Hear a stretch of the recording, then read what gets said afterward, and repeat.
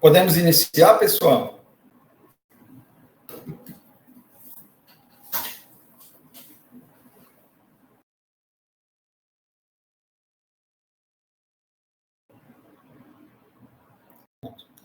Vocês já tinham entrado nessa plataforma? Quem quiser falar no microfone, pessoal, fica à vontade, tá bom?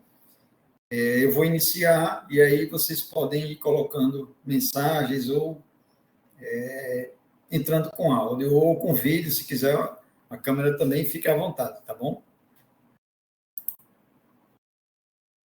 Bom, a gente vai falar sobre próstata, um pouco vamos falar das duas principais entidades, que seria a hiperplasia prostática benigna e o câncer de próstata. Tá? São assuntos extensos, né? Mas que é muito importante na prática médica de todo profissional. Nós vamos revisar um pouco de anatomia, fisiologia, alguns conceitos de HPV, diagnóstico, tratamento, tá? Existe guidelines sobre tratamento tanto para HPV como para câncer de próstata, tá? Existe esse livro que é da Sociedade Brasileira de Urologia, Seccional São Paulo, chamado Urologia Fundamental. Então, vocês podem baixar por PDF e é uma leitura muito boa, ele é bem didático, vai ajudar bastante vocês nas dúvidas. Bom, a próstata, ela é um órgão comum aos tratos urinários e genital, né? Ele vai ter um peso, vocês vão ver muito isso, peso ou volume, peso em gramas ou volume em centímetros cúbicos ou ml, mesma coisa, né? Então, a maioria da literatura fala em 20 gramas ou 20 ml, alguma parte da literatura fala em 25, outros até em 30, tá? Mas a maioria, 20 gramas, o peso prostático. Peso vai ser muito semelhante a volume, tá? Então, quando vocês se depararem com o exame de ultrassom, praticamente a mesma coisa. Então, ele vai ter importante função na formação do esperma e na ejaculação. Na formação do esperma, através de produção de líquidos seminais, né? O próprio PSA é um, né? A gente vai falar daqui a pouco sobre o PSA. E na ejaculação, a parte da próstata em contiguidade com a bexiga, ela se fecha, ela se contrai e faz com que o esperma seja ejaculado para o meio externo. Então, são essas duas funções, o que torna a próstata como não sendo um órgão essencial à vida, né? Diferente de coração, de fígado, etc. Essa divisão foi proposta por um autor na década de 60, McNeil, que de acordo com a predominância tecidual. E é importante vocês terem em mente que existe as zonas central, a zona fibromuscular, que é também conhecida como lobo anterior, a zona de transição, que é essa região que envolve a uretra, tá certo? A zona de transição.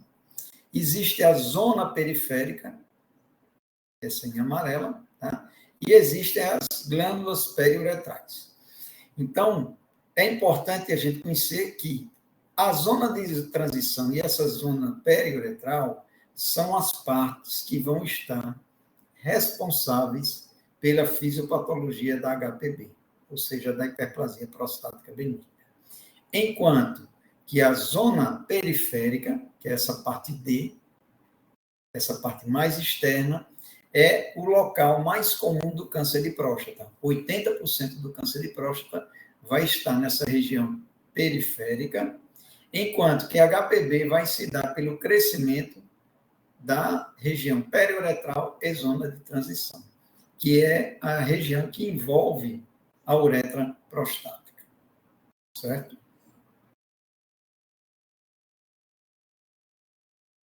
Bom,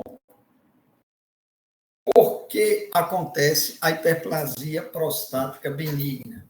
Pessoal, praticamente 80% dos homens vão ter a próstata crescida, tá? Então, e por que ela cresce, né? Então, aqui vocês veem a ilustração de uma próstata normal, a bexiga, a uretra passando por dentro da próstata, e vocês veem o crescimento da próstata.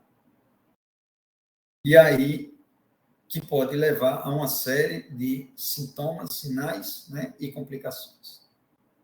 Então, praticamente 80% dos homens vão ter um crescimento da próstata com o passar do tempo, né?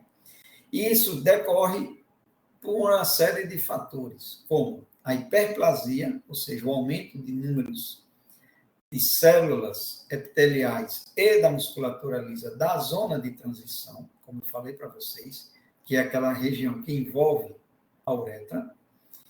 Vai sofrer também ação de fatores de crescimento a partir da dihidrotestosterona, que é um metabólico da testosterona, 5 vezes mais potente do que a molécula da testosterona, grande responsável por desenvolvimento e maturação dos órgãos genitais masculinos, principalmente na adolescência. O pico da dihidrotestosterona na adolescência vai fazer com que todos os órgãos genitais masculinos se desenvolvam. Tá? Então, a dihidrotestosterona também, a partir de 40, 50 anos de idade, também vai ser responsável por fatores de crescimento, tanto para a hiperplasia como para a hipertrofia também. O fator obstrutivo mecânico, pelo aumento do volume prostático a partir da zona de transição. Então, isso aqui vai fazer com que essa obstrução mecânica leve a sintomas miccionais e complicações, como, por exemplo, formação de cálculo na bexiga, retenção urinária. O aumento de tônus da célula muscular lisa também pode acontecer. E uma outra entidade importante, outra condição importante que acontece da HPB é a instabilidade do músculo detrusor. Então, o músculo detrusor começa a ficar instável, começa a ter contrações fora involuntárias, e essas contrações involuntárias também serão responsáveis por parte da sintomatologia do paciente. Estou falando muito rápido, está dando para entender? Podem ligar o microfone, pessoal. Tá tranquilo, professor. Uma dúvida com relação a dihidro. Por exemplo, o pessoal fisiculturista e tal, que faz reposição de testosterona, tem algum risco aumentado para HPB? Ou para desenvolver mais cedo? É controverso, porque, na verdade, a testosterona exógena, existe uma dúvida se ela vai desenvolver, se ela vai metabolizar em dihidro ou não. Tá? A maioria dos produtos utilizados não usam muito a dihidro, usa mais a molécula da testosterona normal, enantato, cipionato, não usa tanto a dihidro. E aí não há ao certo essa metabolização que ocorre devido à testosterona em dihidro. Certo? Para a conversão da testosterona em dihidrotestosterona, ela acontece principalmente na próstata, através dessa enzima 5-alfa-redutase. Ok? E aí, a dihidrotestosterona vai agir em fatores de crescimento, né? Através de receptores, né? E isso vai levar à hiperplasia de células estromais e também de células musculares lisas lá no interior da próstata. Tá? E aí, a testosterona exógena não sofre tanto essa metabolização diferente da testosterona endógena produzida pelos homens. Podem ir perguntando, pessoal. Quem tiver dúvida, pode ir parando. como é que a gente avalia a próstata? Então, metade da turma já teve a oportunidade, né, de participar nas aulas práticas. E é importante a anamnese, é importante o exame físico, notadamente o exame clínico geral, o exame dos órgãos genitais, que está lá no ambulatório já viu, a oportunidade de examinar pênis, examinar os testículos, palpar, expor a glândula, ver se não tem nenhuma ferida, nenhuma verruga, tal. Importantíssimo o toque retal, né, onde a gente vai perceber ele é realizado com o dedo indicador, tá bom? Então, o dedo indicador, na parede anterior do reto, você vai conseguir palpar a próstata. E aí você vai ter uma ideia do volume da próstata, do peso, tá? E, como eu falei para vocês, como a zona periférica é essa região que está mais em contato com a parede anterior da próstata, né? Você consegue detectar uma boa parte dos nódulos de próstata em casos de câncer de próstata, porque justamente ele está na zona periférica, próxima a essa parede anterior do reto. Tá? E aí, existe o valor de PSA de referência, que eu vou falar para vocês daqui a pouco, né? E é importante também, como parte da avaliação e investigação da saúde masculina, exames de urina, creatinina e glicemia. Bom, quais são os sintomas mais comuns em pacientes que têm hiperplasia prostática benigna? A gente pode classificar em sintomas de armazenamento, também conhecidos como sintomas irritativos. E aí, os principais são frequência aumentada, ou seja, aquele paciente que vai ao banheiro com menos de 2 horas, né? Noctúria, né? E a urgência miccional. Então, é aquele sintoma repentino de ter que ir ao banheiro urinar. Noctúria, você já sabe que é levantar à noite para urinar. Existe também o que a gente chama de sintomas de esvaziamento, ou também conhecidos como sintomas obstrutivos. E aí vem jato fraco, sensação de esvaziamento incompleto, que é um sintoma também importante. Paciente que faz o xixi e depois que sai do banheiro, acha que ainda tem urina.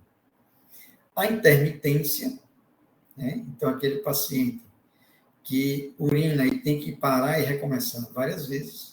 E o esforço miccional, né?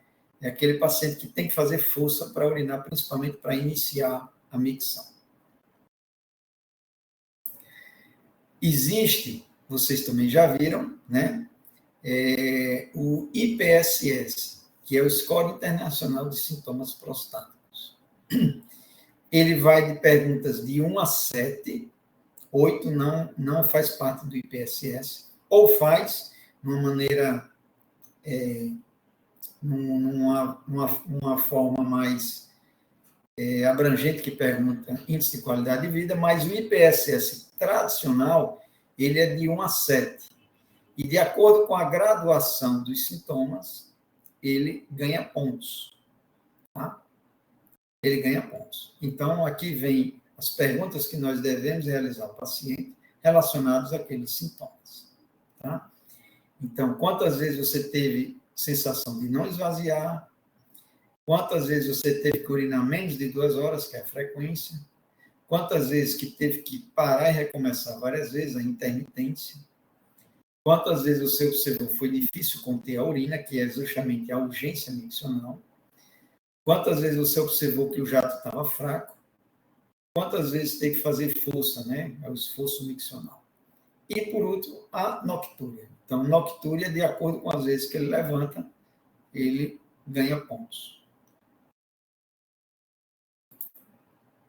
E aí, essa classificação, ela vai de leve, moderada ou acentuada. E o índice de qualidade de vida lá, 4, 5 ou ruim, péssimo. Né? E aí, o IPSS, de acordo com a pontuação, você pode ajudar na decisão terapêutica, né? Na decisão de tratamento. Também é utilizado bastante em ensaios clínicos, né, para testar principalmente medicamentos e técnicas de tratamento. Bom, mas se eu falar para vocês os sintomas do trato urinário inferior, e eu não posso dizer que aqueles sintomas todos são apenas de HPB. Então, várias condições podem causar os sintomas do trato urinário inferior. Então, a gente também é muito conhecido como LUTS, que é Low Urinary Tract Symptom, né? Sintomas do trato urinário inferior, onde diversas condições podem causar sintomas do trato urinário inferior. A popliplasia é um, né? Mas bexiga hiperativa, outra coisa, é outra causa. Essa aqui, bexiga hiperativa, né? Detrusor hipoativo também pode causar sintomas, né? Detrusor hipoativo, desculpa. Detrusor hiperativo ou bexiga hiperativa. Poliurenotúria, que é também conhecido como diabetes insípidos, né? Síndrome da dor pélvica crônica, né? Alguns de vocês lá no ambulatório tiveram contato, né? De alguns pacientes. Bexiga neurogênica. Infecções urinárias também podem causar sintomas do trato urinário inferior. Corpo estranho, notadamente cálculo de bexiga. Estenose de uretra. Tumores vesicais. Então, 20% dos casos de câncer de bexiga, o paciente tem apenas sintomas irritativos. Frequência, urgência. Cálculos de ureter distal e outras condições mais. Então, tudo isso, pessoal, pode causar sintomas do trato urinário inferior e são diagnósticos diferenciais de HPV. Quer perguntar, Anderson? Ok. Bom, feita a avaliação, aplicado o questionário do IPSS, feita a investigação de sintomas, feito o exame físico, feito o toque retal, e você pode lançar mão de exames complementares. Os mais indicados são ultrassom de próstata, tá? Pode ser indicado também a urofluxometria e a uretrocistoscopia. Bom, a urofluxometria é esse exame aqui que o paciente vai fazer xixi nesse funil. Esse funil vai fazer um jato urinário nesse recipiente e aqui embaixo existe um disco que faz uma leitura de acordo com o fluxo urinário. Essa informação é encaminhada para um computador e de acordo com o fluxo urinário você pode ter um padrão normal, que é o que a gente chama de uma curva de Gauss, uma curva de sino, ou um padrão de jato urinário interrompido. Por exemplo, um paciente que tem a próstata crescida e o jato está interrompido. Isso aqui você vê que tem uma intermitência, é um jato fraco, tá?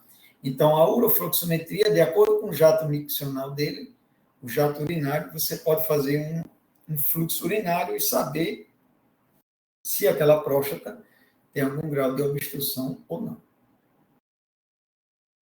Um outro exame que a gente pode indicar também, alguns de vocês tiveram a oportunidade de ver lá no Centro Cirúrgico Ambulatorial, é a uretra, cisto de bexiga, escopia, que é um sistema óptico conectado a uma câmera, tá? Isso aqui é uma câmera, que transmite a imagem lá para o monitor de vídeo, e esse equipamento a gente entra pela uretra peniana, passa pela uretra prostática e vai ver a bexiga.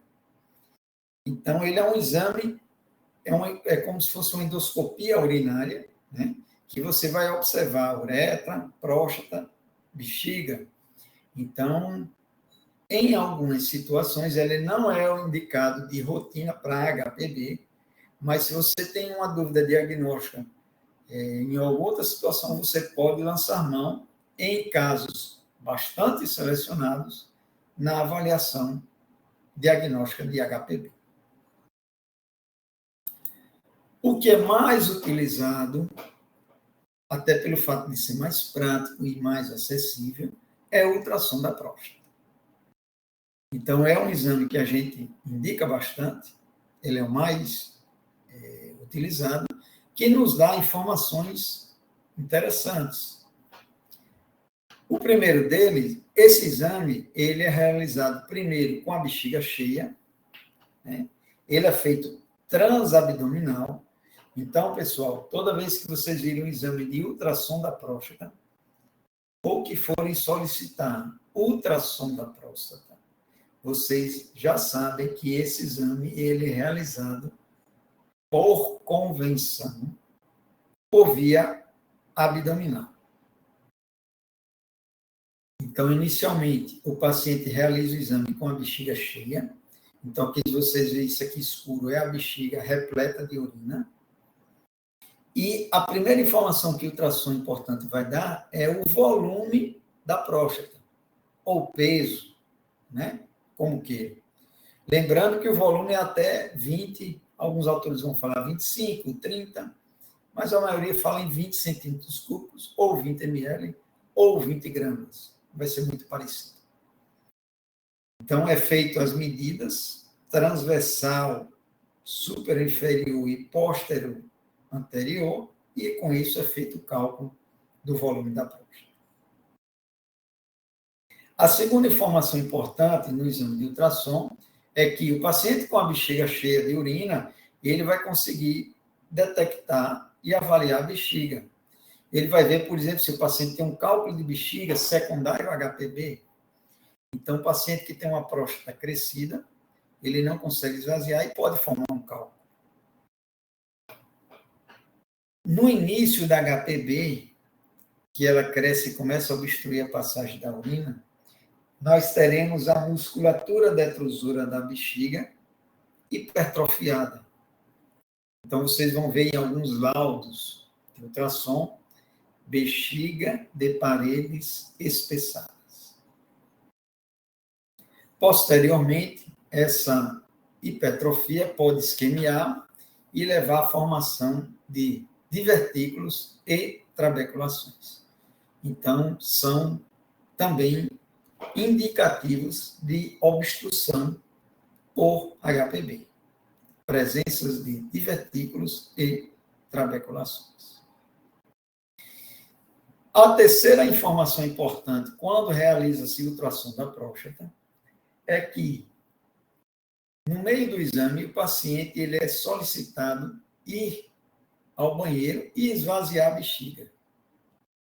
E, após esvaziar, é medido o resíduo pós-miccional. Ou seja, é importante averiguar se o paciente tem ou não resíduo e quantificá-lo, pois pode acontecer do paciente ter uma obstrução significativa, onde o resíduo aceitável é até 20% do valor pré-miccional. Então, inicialmente, o radiologista vai medir a quantidade de urina na bexiga, vai pedir ao paciente para ir ao banheiro urinar, esvaziar, e retorna para fazer a medida do resíduo. E o ideal é que esse resíduo seja de menor do que 20% do valor pré-miccional. Todos entenderam? No tratamento da HPB, pode falar, Marcos. Professor, essa uretrocistoscopia que o senhor comentou, é a mesma cistoscopia para avaliar teu de bexiga ou não? Mesmo exame. Mesmo exame. Obrigado. Ele serve para tudo isso. O tratamento da hiperplasia envolve mudança de hábitos de vida comportamental, tratamento medicamentoso, que é o mais comum, né? Principalmente para casos leves e moderados, e tratamento cirúrgico também pode fazer parte da necessidade. É importante vou voltar aqui, na mudança de hábitos de vida e comportamental, importante a regulação da ingestão hídrica noturna. Então, principalmente pacientes que têm noctúria, devem evitar ingestão de líquido, ou reduzir a ingestão de líquido, ou reduzir consumo de cafeína à noite, para justamente não ter tanta noctúria. Noctúria, daqueles sintomas que eu falei para vocês de PSS, é o sintoma que mais piora a qualidade de vida do paciente. Bom, o que mais se utiliza são medicamentos. Então, existem duas classes de medicamentos que são bastante utilizados. Podem ser também utilizados associados. Já existe, inclusive, composições de alfa-bloqueador com inibidor da 5-alfa-redutase. Os alfa-bloqueadores, eles vão agir na fibra muscular lisa da próstata, reduzindo a tensão muscular e vão ter alívio imediato nos sintomas, a ação é imediata. O paciente começa a tomar, às vezes até no primeiro dia já tem ação do medicamento. Os mais utilizados no Brasil é a doxazosina, existem comprimidos de 2 e de 4 miligramas, e a tansulosina, que os comprimidos são de 0,4. A dose máxima é 2 comprimidos ao dia. Alfuzosina, pouco utilizado, apresentação única, dose máxima 10 miligramas. O efeito colateral, efeito adverso mais comum desses medicamentos é a hipotensão postural. Então, tem que se orientar bem o paciente para que, quando tomar a medicação, tomar cuidado na hora que for se levantar, principalmente quando estiver deitado. Pode ter também ejaculação retrógrada, ou seja, em vez de ejacular para fora, para o meio externo, ejacular para a bexiga, porque a ação do medicamento relaxa a musculatura, pode relaxar e não ejacular para fora, não contrair o colo vesical. E a síndrome da íris flácida é uma alteração rara da tansulosina, principalmente, no músculo lá da retina. E é importante conhecer essa complicação, porque pacientes que vão se submeter a cirurgia de catarata devem suspender os alfa-bloqueadores, principalmente tansulosina, antes de realizar a cirurgia de catarata, para que não haja alteração da lente, né? Porque relaxa também a musculatura retiniana lá na córnea, e aí o paciente pode ter alterações. Os inibidores da 5-alfa-redutase, por outro lado, vai inibir a enzima que transforma testosterona em dihidrotestosterona. Então, com a inibição, você vai ter menos dihidrotestosterona na próstata e vai ter uma redução do volume da próstata, levando a melhora dos sintomas e melhora do fluxo urinário. Essa redução do volume da próstata, em média, é de 33%. Então, vão ter pacientes que vão ter uma resposta melhor, ou até mais de 30%, 40%, 50%, e outros vão ter uma redução muito pequena ou nenhuma. Tá? Então, a redução média de 1/3 do volume da próstata, com os 5 inibidores da 5-alfa-redutase. Essa redução é lenta e gradativa. Essa redução máxima vai ser em torno de 1/3. E em torno de 1 ano. Eu não falei em glaucoma, eu falei em pacientes que vão colocar lente de catarata. ok? Finasterida é o mais comum utilizado, 5 miligramas. E aí, pessoal, existe a 5-alfa-redutase do tipo 1 e existe a 5-alfa-redutase do tipo 2. A finasterida vai inibir a 5-alfa-redutase do tipo 2. Já a dutasterida, que tem uma ação maior, enquanto que a finasterida vai inibir em torno de 70 e poucos por cento a conversão da testosterona em dihidrotestosterona, a dutasterida ela vai inibir a tipo 1 e a tipo 2, ou seja, ela é não seletiva da 5-alfa-redutase. Ou seja, a dutasterida vai ter uma ação mais eficiente na redução do volume da próstata. Então, ela vai reduzir mais o volume, porque ela vai inibir a 5-alfa-redutase tipo 1 e 2. Acredita-se que esse bloqueio chega até 90% da conversão de testosterona em dihidrotestosterona. Como reações adversas, pode haver também diminuição de libido, disfunção erétil, lógico, por ação da testosterona, né? A gente sabe que a dihidrotestosterona é 5 vezes mais potente do que a molécula da testosterona, e também pode levar à aspermia, que é a ausência de esperma, tá? Devido a uma atrofia e consequente redução de produção de líquido seminal. Aqui o mecanismo de ação que eu já falei para vocês.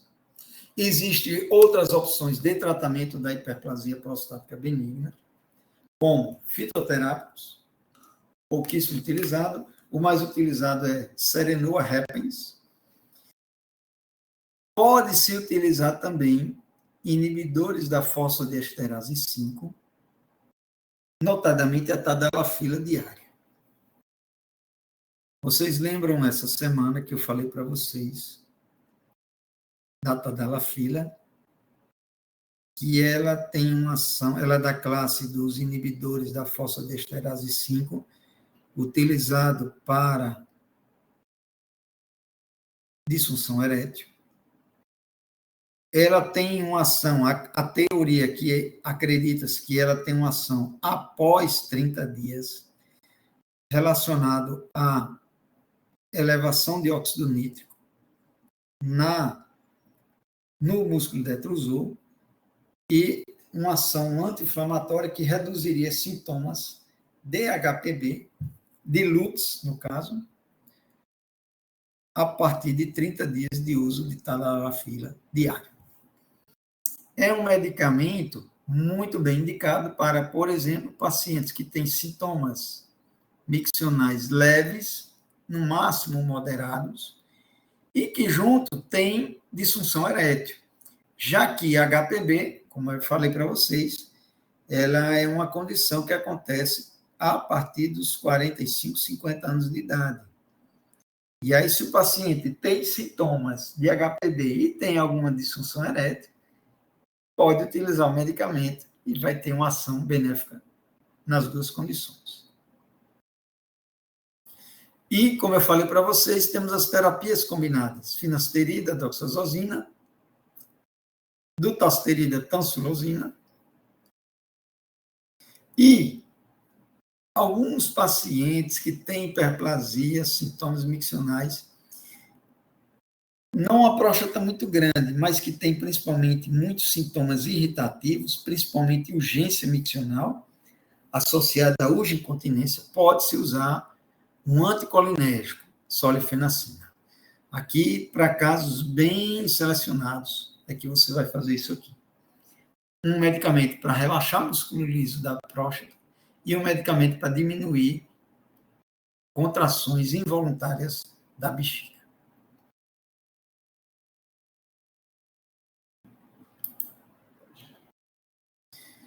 Bom, existem os casos que vão precisar de cirurgia.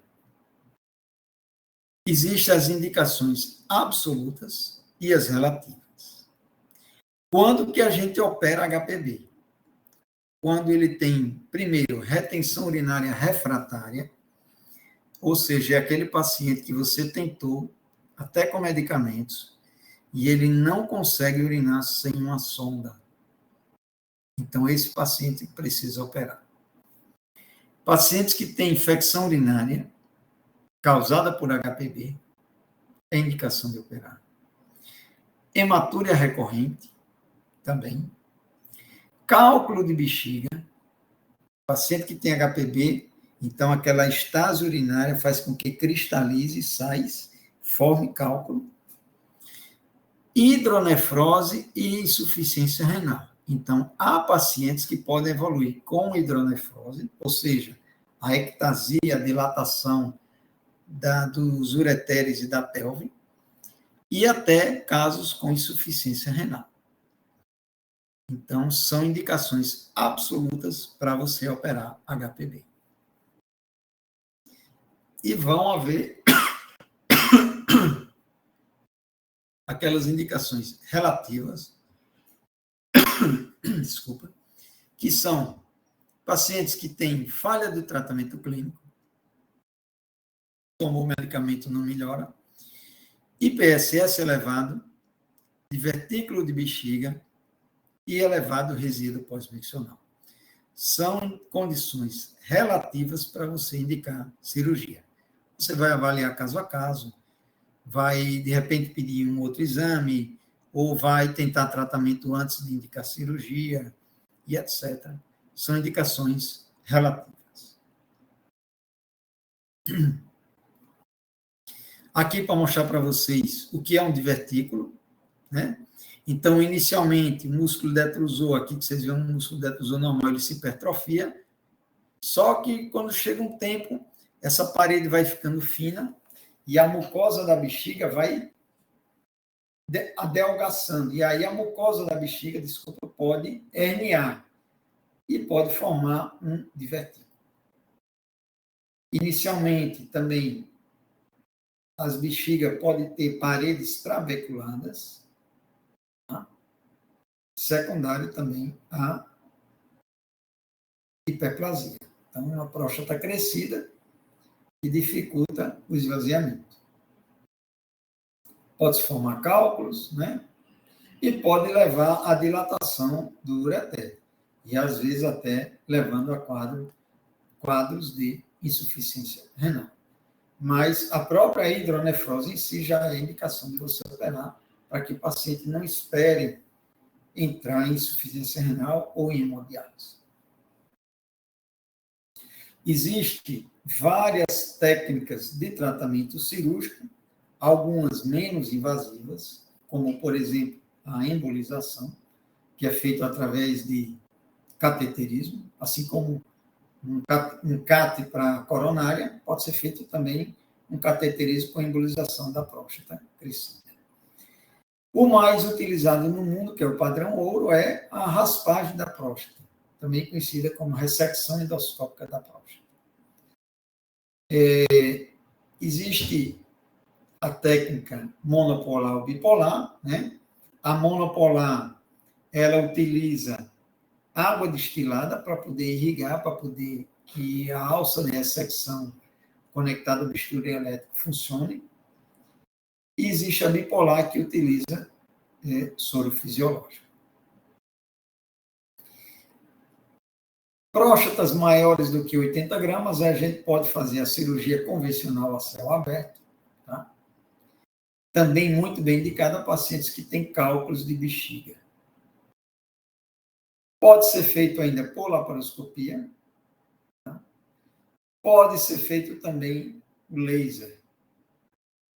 E existem ainda as técnicas de vaporização, que é destruição de solução do tecido prostático. Aqui mostrando para vocês algumas técnicas. A técnica de ressecção endoscópica, que é a mais utilizada, uma alça. Essa alça vai raspando os bifes aqui da próstata. Esses fragmentos ficam na bexiga e, no final, através do próprio equipamento, a gente consegue retirar os fragmentos e encaminhar para exame anatomopatológico. Então, isso aqui é a visão no início da cirurgia, né? Aqui você vê a alça conectada ao bisturi elétrico, retirando fragmentos e, ao mesmo tempo, já cauterizando, ó. Você vê já aqui o tecido queimado, né? Aqui, ó, tirando outro pedaço. E aqui o aspecto final da cirurgia. Você vê aqui o fundo escuro é a bexiga.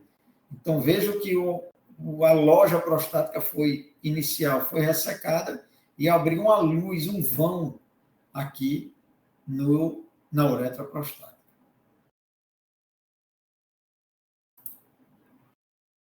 Pode ser feito também por via convencional. Você retira toda a zona de transição hipertrofiada, hiperplasiada, crescida e sutura. Tá bom? Em termos de desobstrução, nada melhor do que isso aqui. A velha cirurgia aberta. Tá? Então, você consegue retirar todo adenoma, embora seja uma cirurgia mais invasiva, que sangra mais do que a ressecção. Mas, em termos de desobstrução, ela é muito eficaz. Aqui são técnicas de vaporização, né? O plasma bottom, o laser também é uma técnica de vaporização, destrói o tecido, ele necrosa devido ao liquefaz por altas temperaturas. Muito bem indicado para pacientes que têm coagulopatia, distúrbio de coagulação, ou que usam anticoagulantes e não pode suspender por muito tempo. Então, a gente pode indicar essas técnicas de vaporização. Dúvidas, pessoal? Eu vou sair dessa pergunta. Pode falar. Ao tratamento clínico, a tadalafila, ela pode ser usada para, tipo assim, diminuir ou reverter a ação adversa da finasterida da disfunção erétil? Ou não, geralmente não é usada? Pode ser usada associada também. Você pode usar terapia combinada com associada à tadalafila. Também pode. Pode usar associado também. Foi isso que você perguntou? Isso.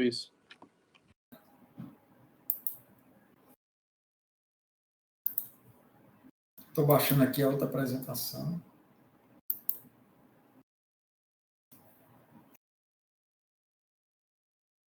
Samuel perguntou, após a RTU, o indivíduo ainda consegue ejacular? Boa pergunta.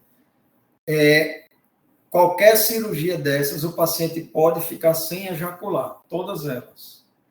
Tá? Então, a ressecção endoscópica, a cirurgia aberta, podem ficar tanto sem ejaculação, como podem ficar também com ejaculação retrógrada, assim como os medicamentos.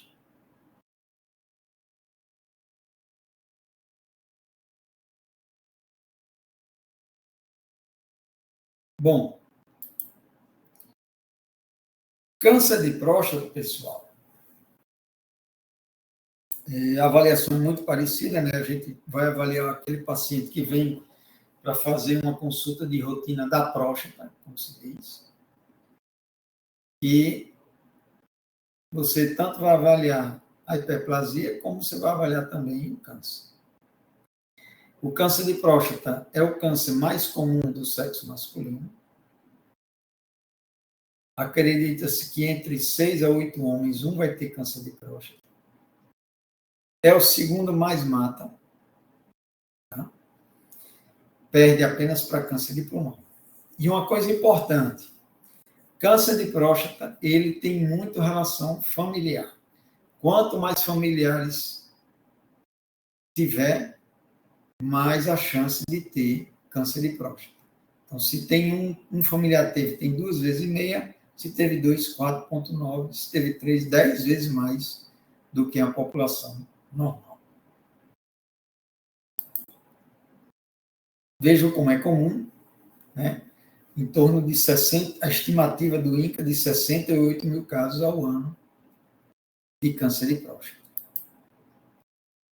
Como eu falei para vocês, principalmente na zona de transição. Tá? Daí a importância do toque. Fazendo parêntese, o que é o PSA? Ele é uma proteína produzida a partir das células glandulares da próstata, também conhecido como antígeno prostático específico.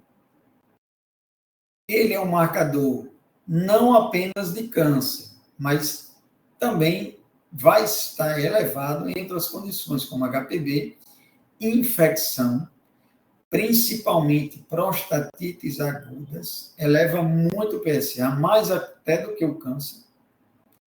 Traumas também podem levar à elevação do PSA. Um parêntese, importante saber que homens que irão colher um PSA, eles precisam ficar em abstinência sexual e não se masturbar, ou seja, não ejacular, pelo menos 48 a 72 horas antes de colher o exame. A meia-vida do PSA é de 36 horas. Então, é importante que o paciente que vai colher exame de sangue não se masturbe, não tenha relação sexual pelo menos 2 dias antes, para que não interfira no resultado. Nas prostatites, principalmente prostatite aguda e o câncer, os níveis vão estar mais elevados.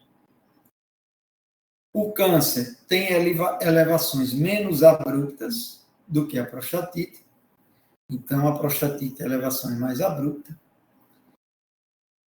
O HPV também pode aumentar um pouco o volume do PSA, embora essa elevação seja bem diferente do câncer. Enquanto 1 grama deve aumentar em torno de 0,3 o valor do PSA, 1 grama de câncer aumenta em 3 o PSA. Então, você fazendo aí praticamente 10 vezes mais, o PSA sobe no câncer do que na HPV. Pessoal, vocês vão ver muito na literatura valores de PSA diferentes. Não há um consenso sobre o valor exato do PSA. O que a gente mais utiliza são o valor de 2,5 até 55 anos de idade e pacientes acima de 55 anos de idade, o valor seja até 4. Pacientes que tenham um valor entre 2,5 e 4, é importante você, acima de 55 anos, você utilizar de algumas ferramentas para ter indícios de câncer nesse indivíduo. Um deles é você fazer uma relação PSA livre com PSA total. Então, vocês vão ver muito lá nos ambulatórios de urologia, pacientes trazendo exame de PSA livre e do PSA total. Livre é porque ele não está ligado a proteínas. E total é o PSA que está ligado a proteínas e não está livre juntos. Então, quando você tem essa relação livre total, ou seja, PSA livre dividido pelo PSA total, abaixo de 15%, ele é sugestivo de câncer de próstata. Outro dado que fala a favor de câncer é quando você tem elevações do PSA acima de 20% de um ano para o outro. Um terceiro indício de câncer é quando você faz, através de exames de imagem, o melhor é a ressonância, mas também através de ultrassom transretal, a medida da densidade do PSA, que é a razão do PSA pelo volume da próstata, acima de 0,15. O que a gente mais utiliza na prática é o valor do PSA total, a relação livre total e os aumentos de um ano para o outro. Ok, turma? Tiveram dúvida no PSA? Podem falar.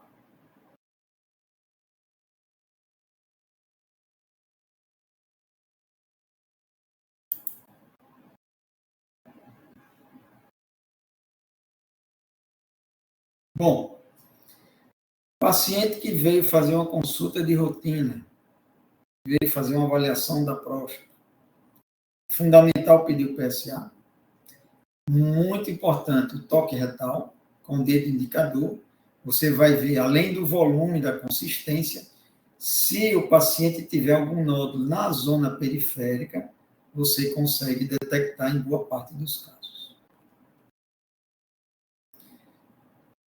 Avaliar se o paciente tem histórico familiar, né?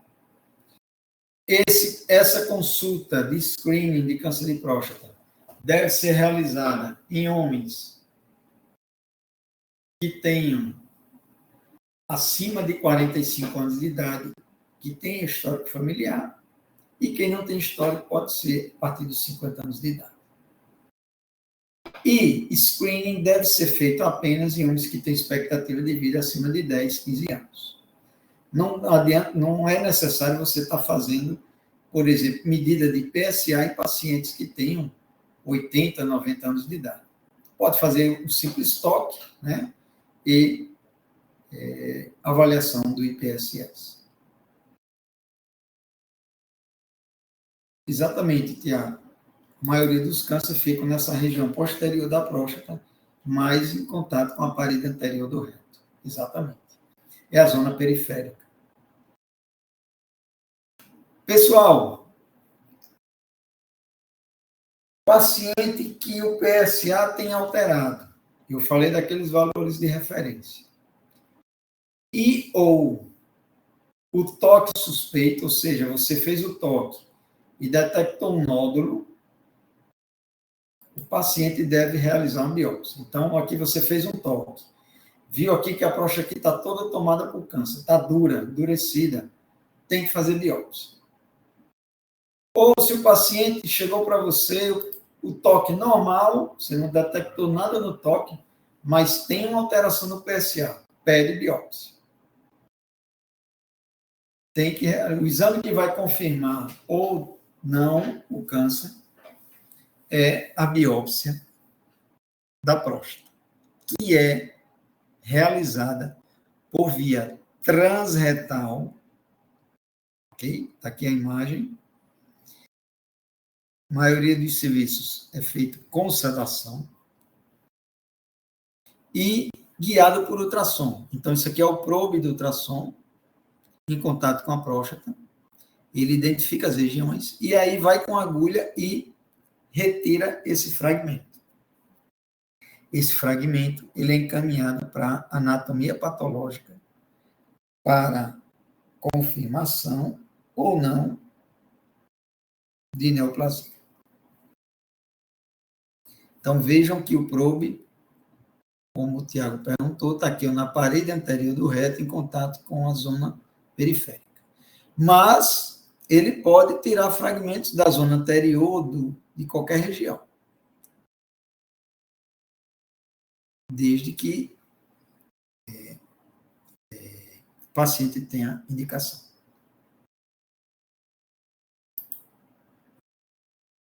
Existem estágios diferentes da doença, né? Por isso que, às vezes, o paciente faz uma biópsia e não detecta o câncer, detecta só numa segunda, numa terceira biópsia. Porque é uma lesão muito pequena ainda, mas está dando PSA alto e a agulha não pega essa parte do câncer, tá? Enquanto que numa doença dessa, praticamente 100% de diagnóstico. E existe a classificação TNM para câncer de próstata. Acho que muita coisa para vocês decorarem, TNM, mais importante saber que existe, né? E de acordo com o TNM, a gente vai indicar determinados tipos de tratamento, né? A partir do T2 são os tumores que são palpáveis, detectáveis ao toque, né? O T3, eles já são doenças localmente avançadas, já invadem algumas outras estruturas. T4 já vai para longe. E o N, de acordo com o comprometimento de linfonodos, ou não.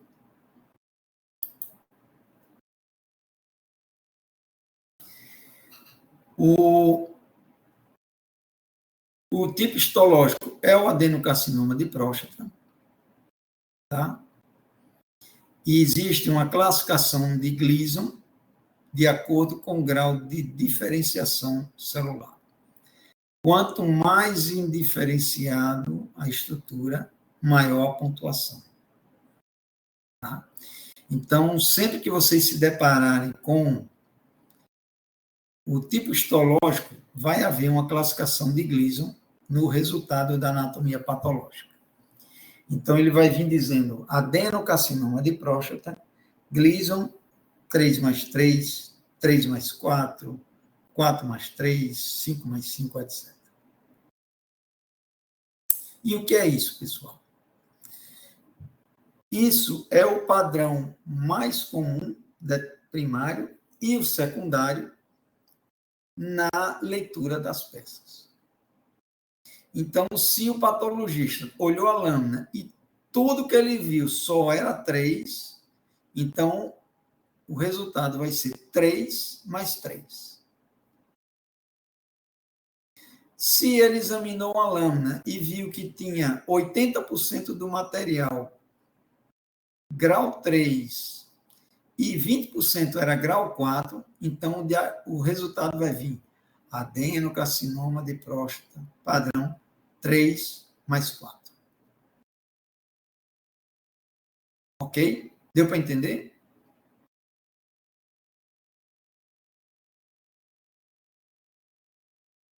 Se veio tudo 5, vai ser 5+5. Se veio 90% grau 4 e 10% grau 3, vai ser 4+3.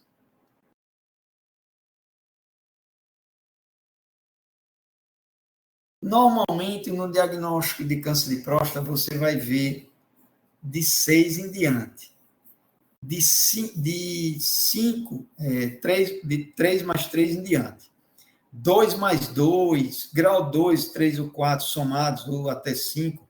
Existe até uma controvérsia na literatura até se é realmente câncer ou não.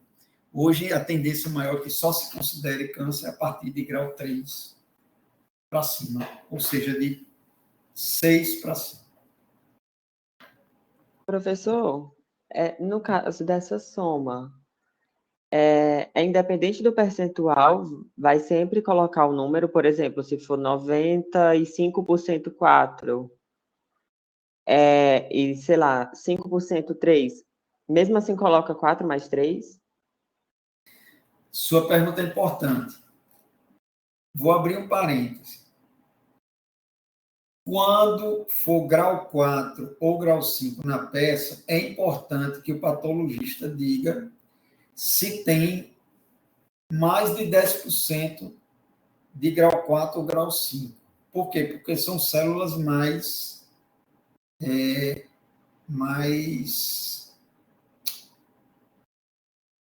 agressivas, né? E aí é importante o patologista dizer se tem mais, principalmente mais de 10% de grau 4 ou grau 5. E aí ele vai dizer se tem mais de 10, se tem 20, qual a percentagem aproximada. Cada vez mais está dizendo isso quando é grau 4 e grau 5.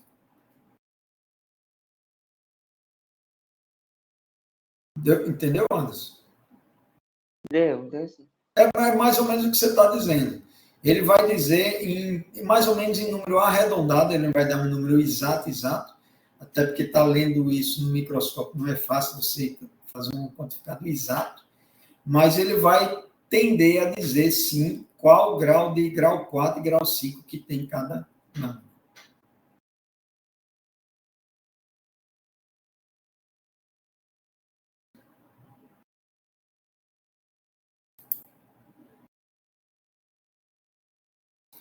A Sociedade de Patologia Urológica fez uma outra classificação que basicamente é a mesma do Gleason, só que ele vai, se for 4+3, ele diferencia do 3+4.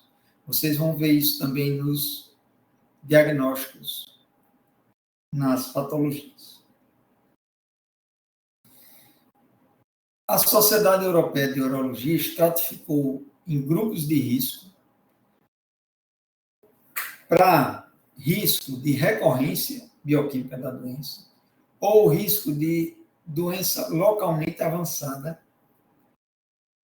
de acordo com o valor do PSA, com o Gleason e o TOC, certo? E aí ele diz se é baixo risco, PSA abaixo de 10, Gleason menor do que 7, ou seja, 6, e o TOC ou indetectável, ou quando o TOC 2A, o TOC você só consegue ver um nódulo que tome conta de menos da metade de um lóbulo. Esse é o baixo risco.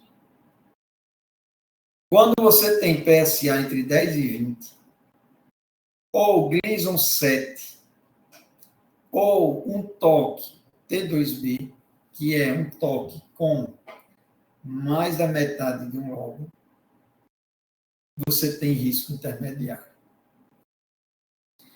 E o alto risco é aquele paciente que tem PSA acima de 20, Gleason maior do que 7, e o TOC 2C, que é o nódulos palpáveis bilateralmente. Quando você consegue palpar a doença dos dois lados, você tem T2C. Qualquer PSA, qualquer Gleason com T3, T4N+, é avançado localmente avançado, tendo essas condições aqui, linfonodos positivos ou T3, T4. Então, aqui são doenças localizadas de alto risco, risco intermediário e baixo risco, para voltar, ou seja, para recidivar ou para avançar. Isso são situações importantes que você consegue dar um prognóstico para o paciente e tomar decisões terapêuticas, como, por exemplo, indicar ou não linfadenectomia.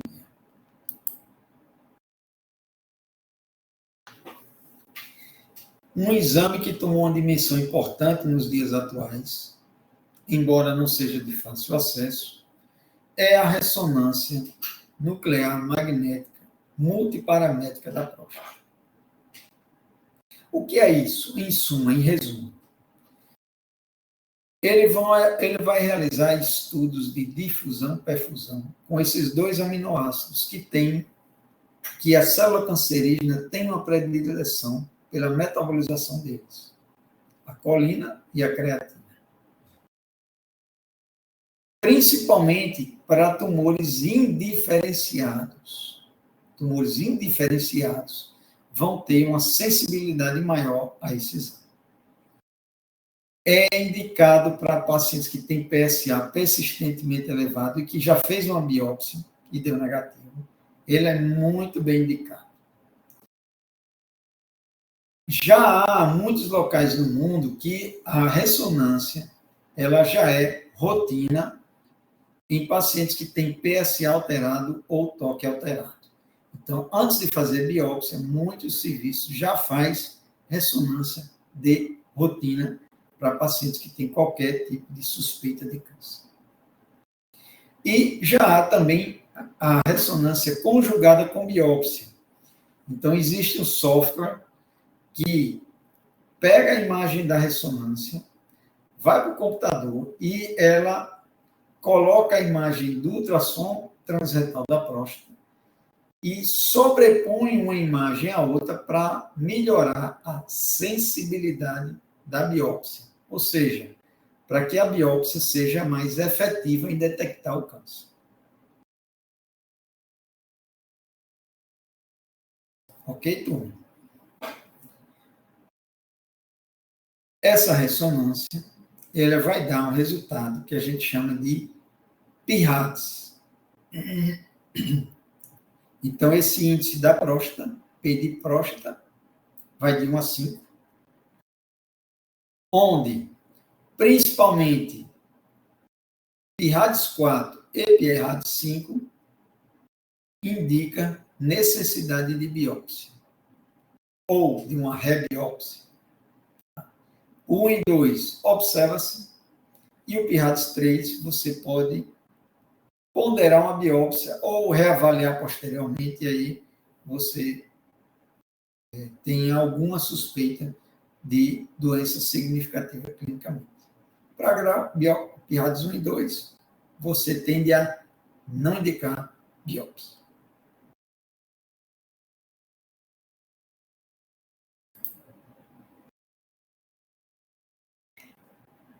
Feito o diagnóstico do câncer de próstata, é importante o estadiamento.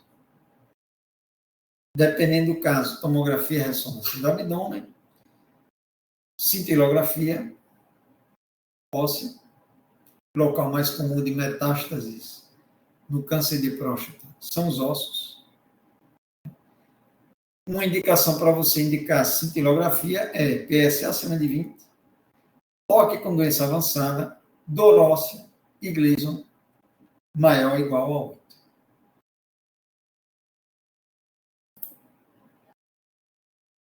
Os locais mais comuns, como eu disse a vocês, são ossos, principalmente ossos longos, pulmão, fígado, adrenais e cérebro pela ordem.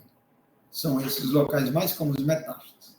Então, câncer de próstata, o local mais comum de metástase são os ossos. E, por último, o tratamento. Tratamento, pessoal, câncer de próstata, costumo dizer, ele tem várias e boas opções de tratamento. Várias e boas. Todas têm bom resultado. Diferente do que eu falei para vocês na terça-feira, do câncer de pênis, que, coitado, não tem muita opção. Então, você pode fazer apenas uma observação.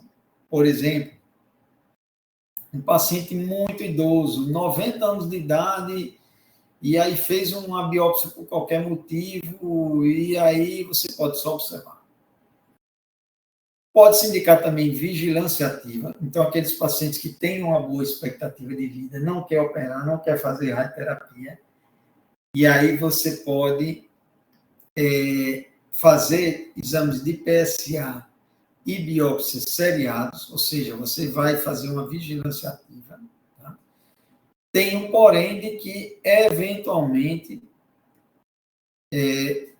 isso, assim, pode evitar tratamentos desnecessários em algumas situações. Ao mesmo tempo que você tem que ponderar que o paciente tem aquele câncer de próstata que você diagnosticou, embora seja um grau baixo, um grau 6, um PSA sob controle, mas lá na frente essa doença pode avançar.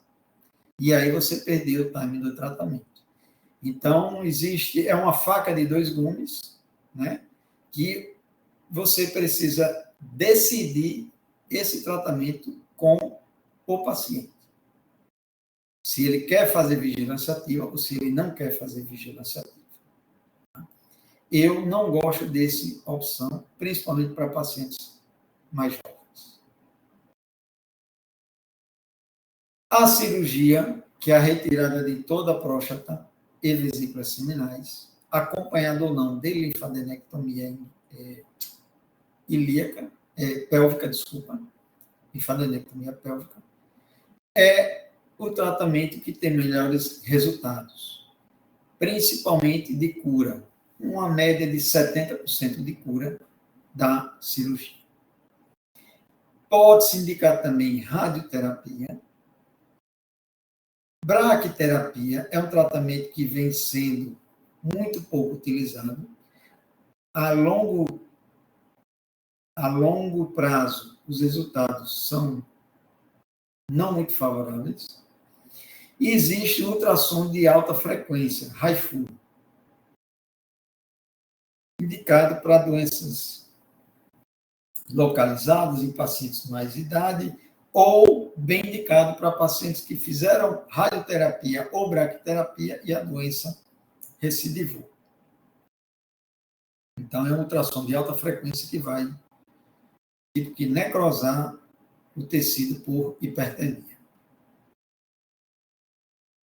Para o câncer de próstata avançado, existem as opções de hormonioterapia, e aí existem várias classes de hormônios de hormonioterapia, desculpa, seja de antiandrogênico, análogos, estrógenos e a castração através de cirurgia.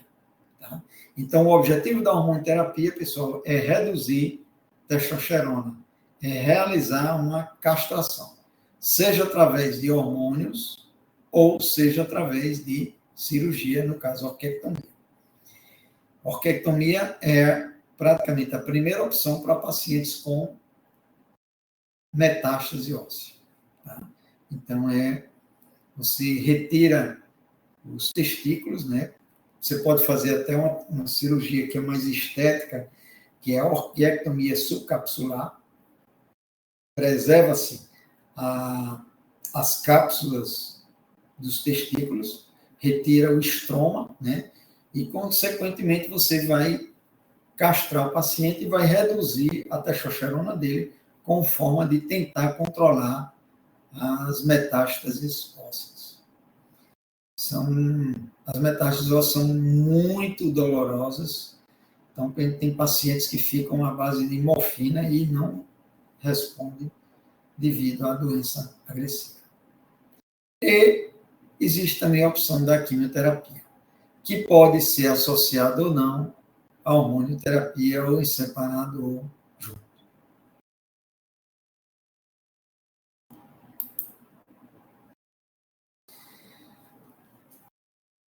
Quais são os critérios de indicar vigilância ativa no câncer de próstata?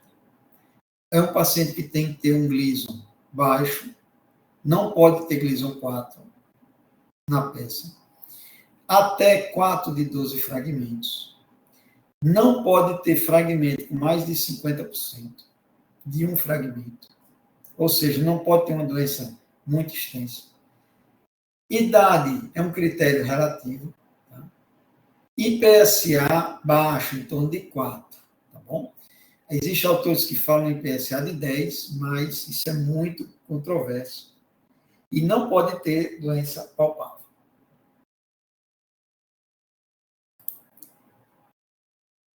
As opções de tratamento, já existe a técnica aberta, laparoscópica e robótica.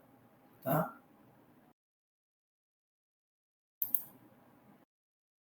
As vantagens da cirurgia é melhor índice de cura, melhor controle de tratamento, fica fácil você monitorar, PSA tem que estar abaixo de 0,2.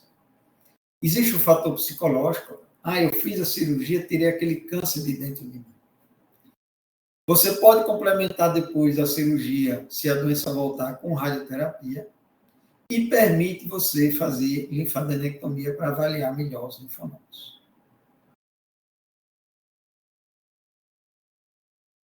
Problemas da cirurgia.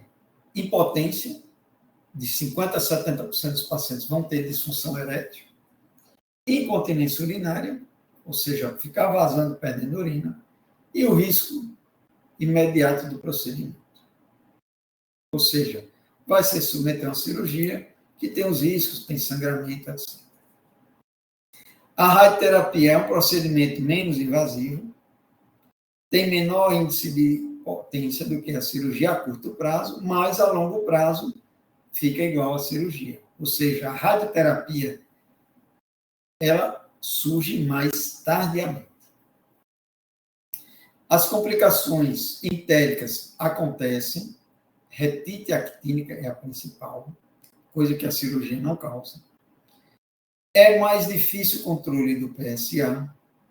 O PSA vai ter mês que oscila para mais ou para menos, e aí você fica sem saber se a doença voltou ou não. Menor acessibilidade ao método. Menor índice de cura, de 10% a 15% menos chance de curar do que a cirurgia. E você não trata linfonodos. Então, o paciente que tem um câncer de próstata e tiver, por acaso, alguma doença linfonodal, a radioterapia não cura.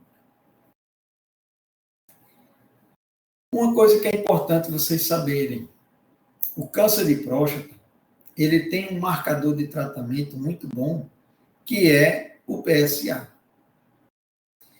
Então, diferente, por exemplo, de você ter um câncer de colo que frequentemente você tem que estar fazendo tomografia,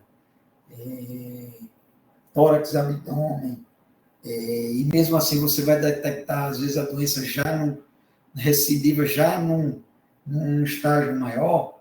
O câncer de próstata, ele tem a vantagem que o PSA ele é um marcador muito sensível. Então, muitas vezes você consegue detectar uma recidiva após a cirurgia, que você faz um exame de ressonância, de imagem, PET scan, e nem consegue detectar a doença. Mas você sabe que ela está voltando em nível bioquímico. A radioterapia, você precisa de 2 elevações seguidas a partir do PSA-NADI, que é aquele menor PSA que o paciente atingiu ao longo da sua evolução, após a radioterapia, você tem como critério de recidiva da doença.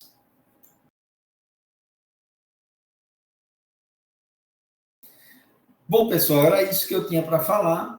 Alguém quer tirar alguma dúvida? Professor, por exemplo, um paciente que já tem HPB, aí, se eu não me engano, eu não sei se é a finasterida ou a tanzolosina que pode alterar o PSA. Aí, como é que fica, por exemplo, o screening desses pacientes com relação a câncer de próstata, já que o PSA vai estar alterado por causa do remédio? O screening não vai mudar nada. O que a finasterida e a medicação vai mudar é que vai botar esse PSA pela metade. Então, por exemplo, o paciente que está fazendo screening está tomando finasterida. Então, se ele chegar para você com PSA de 2,0, você vai considerar que o PSA real dele é 4, é o dobro. Entendeu? E aí você pode indicar uma biópsia. Aí, essa questão Professor, do dobro, pode perguntar. se seria independente da dose. Independente da dose que ele está tomando, sempre vai considerar o dobro? Isso. Mais ou menos independente da dose, exatamente. A dose dos inibidores da 5-alfa-redutase, ou seja, finasterida ou dutasterida, as doses são únicas. Finasterida vai ser sempre 5 miligramas e a dutasterida vai ser sempre 0,5 miligramas. Oi, Anderson. Professor, no paciente pós-operatório, no segmento, esse abaixo de 0,2 é o esperado para não ter recidiva. Isso. O Aí, PSA dele... Oi? E na radioterapia, eu não entendi isso. 2 elevações a partir do PSA-NADI. Eu não entendi esse NADI. Tá. O PSA-NADI é aquele menor PSA que ele atingiu durante o acompanhamento após a radioterapia. Vamos supor, ele fez a radioterapia, aí o primeiro PSA dele veio 1,0, 3 meses depois ele fez outro PSA, veio 0,8, 6 meses depois 0,6, aí mais 3 meses depois, 9 meses depois, continuou 0,6. Então, o PSA-NADI dele tocou embaixo, é 0,6. E aí, 2 anos depois, ele vinha com esse PSA 0,6, um mês vinha 0,7, outro vinha 0,4, ia oscilando para baixo. Mas se ele tiver... Desculpa, aí ele fez 0,3. Então, depois de um tempo, o menor que ele conseguiu foi 0,3. Então, se ele tiver, depois do menor PSA que ele conseguir, 0,3, ele tiver 2 elevações seguidas a esse 0,3, ou seja, ele chegou um mês que atingiu 0,3, e a partir daí ele começou a subir 2 vezes, foi para 0,5 e o outro foi para 0,9, você considera como recidiva da doença. Entendi, professor. Entendeu? Deu para entender, né? Deu sim. Por isso que é uma vantagem também da cirurgia, é que esse controle após o tratamento é mais fácil, porque feita a cirurgia tem que estar abaixo de 0,2.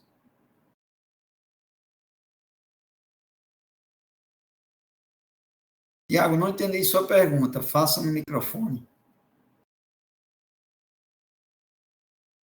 Professor, era em relação a diminuir pela metade, né, o PSA. Qual a medicação que a gente faz esse cálculo? Finasterida e dutasterida.